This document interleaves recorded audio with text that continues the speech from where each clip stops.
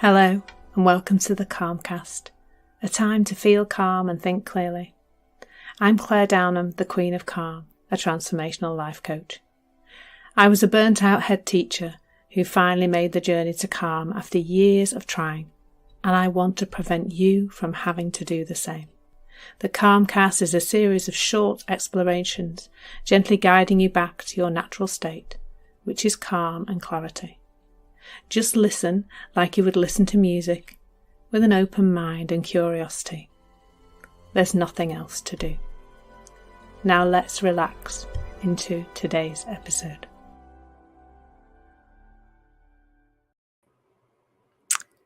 So today, if you're listening to this or watching it live, is International Women's Day.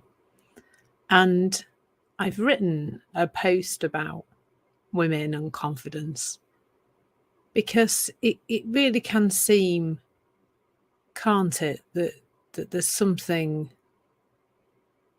missing, I suppose, in women's confidence, that somehow we've learned as women a slightly different way of being in the world to men.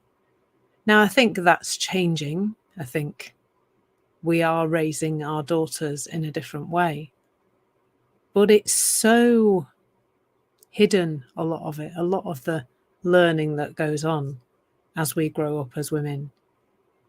What we may see is possible for us, what's okay for women to do, how it's okay for women to behave, where we see women and when we don't see women, and even just down to as young women. Well, me particularly, I was born in 1971, and there was still back then an awful lot of jobs where you would never see a woman even doing that job. And I think that's why, in a way, I hear the frustration of the women's movement in terms of what is not accessible to women and how the change hasn't happened fast enough. But I also can sit with some level of patience, because everyone, whether it's women or men not treating women as we might like them to, all of that has been learned. All of that is human beings doing the best they can with the thinking that looks true to them. And it's going to take a while to unlearn it. But I think part of the problem is that we're trying to kind of change it all at the wrong end, at the behaviour end of things. We're trying to have people behave differently by telling them it's wrong to behave the way they're behaving. And I'm sure you've seen it in yourself. Real, deep, easy, natural behaviour change does not come from trying to force behaviour to change. It really does come from us seeing something different, from us realising something different about how the world works. And for the vast majority of us, that is a big part of that is going to be starting to see that our thinking isn't true. So for the women who perhaps are not putting themselves out there as much as, as they could, as certainly not as much as they're capable of, it's seeing that the thoughts that say you can't do that are not true. They're just some old learning that we did very, very many years ago. And perhaps, then for the men who are, treating women differently because they're women, excluding them or stopping them moving up inside a business or whatever, it's the same thing, really. It's thinking that looks true when it isn't. Because the truth is, there are some physical differences between men and women. Nobody's going to deny that, I'm sure. But there are not many things that women can't do that men do. I mean, I've seen the exciting changes in sport. I was very fortunate to go watch the England rugby league, ladies rugby league team. play in the Rugby League World Cup, and they were absolutely phenomenal. I dare to say better than the men. Very, very skilled. And when I was a girl, there was no women playing rugby, really. Or if there were few and far between, and it was a bit of a surprise. And now women playing football on a high level, women playing rugby on a high level is becoming more. Now, somebody's going to say, but they're not paid as much, it's not as high profile, etc.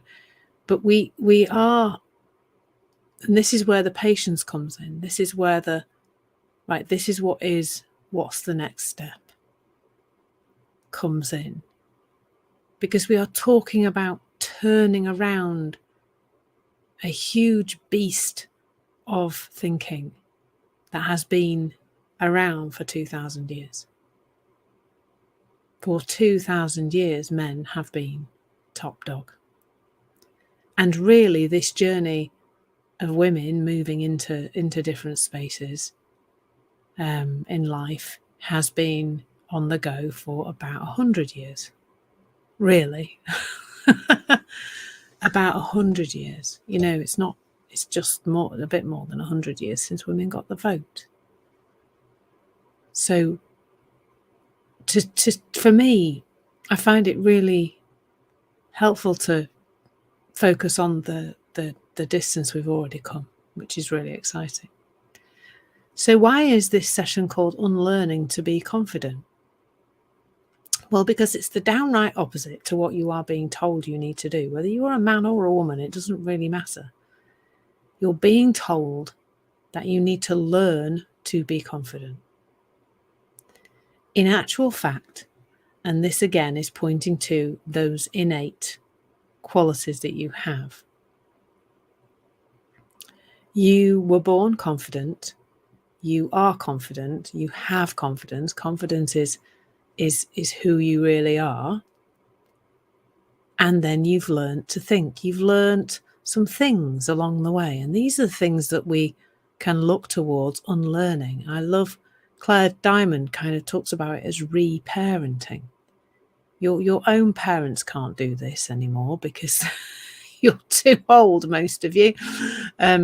But we can start to provide those experiences in our life that begin to help us learn a different way of being, because that's what we're looking for, isn't it? To be different in the world, to feel different, to think differently, and therefore to act differently to how we are doing now. So in the case of confidence, that will probably mean doing something that we didn't previously think we could do. Something new. Or something that we've been able to do in the past and suddenly found we couldn't do anymore, we didn't think we could do anymore. And so really, confidence isn't something that we learn to be or get. We can't develop confidence, we can't grow it, it doesn't come in, it's not coming into us. The process really is a process of revealing. It's a process of uncovering what's really inside us, and that is your innate confidence. So the kind of things we might be unlearning is that, somebody said to us at some point about how we can't do that. I imagine girls, as much boys too, but girls being told, well, you can't do that. It's not for you. And it can just be a little off the cuff comment said with a bit of a sneer or a bit of vigor that can create that belief that we're not supposed to be in a particular space. It can happen just so quickly. And I'm not advocating poking around in the past trying to find which particular statement it was, which particular incident it was that's created our issue with the particular doing a particular thing. It doesn't really matter. But what we can start to do is we can start to become aware that there are some thoughts in our head that are of low quality. They are thoughts that we learned to think way in the past. They kept us safe in some way, probably at some point, because none of us like to be told that we're not okay. So we do things to try and avoid that happening. So if we did something when we were younger and somebody said, "Oh, you're a bit rubbish at that," that probably didn't feel very nice. And so now we're going to avoid doing that thing and things that are similar.